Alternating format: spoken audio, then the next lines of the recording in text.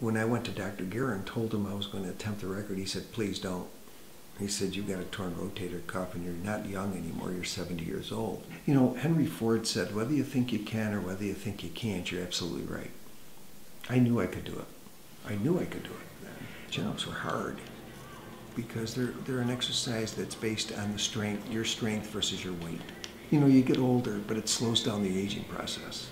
And I wanted to do something where I was going to keep my strength and feel good about myself.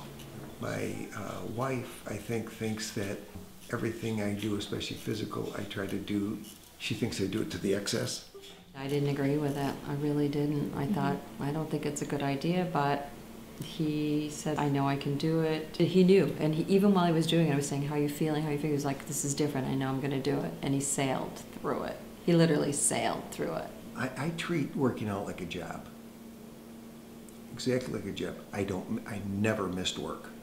When a job's well done, you pat someone on the back. If you're not going to do that, you're not a real leader. I was doing 6:30. The guy that had the record, Guinness record, had 612. He did it in 2 hours and 40 minutes. I did mine in 2 hours and 12 minutes.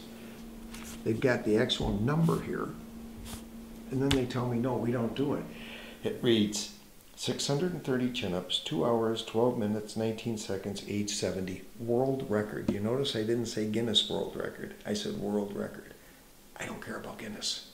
My first hour when I did 350, I said I got the record because my arm wasn't hurting. I had done thousands or I never would have done it. I'm not stupid either, and I'm not a masochist. I don't want to hurt myself.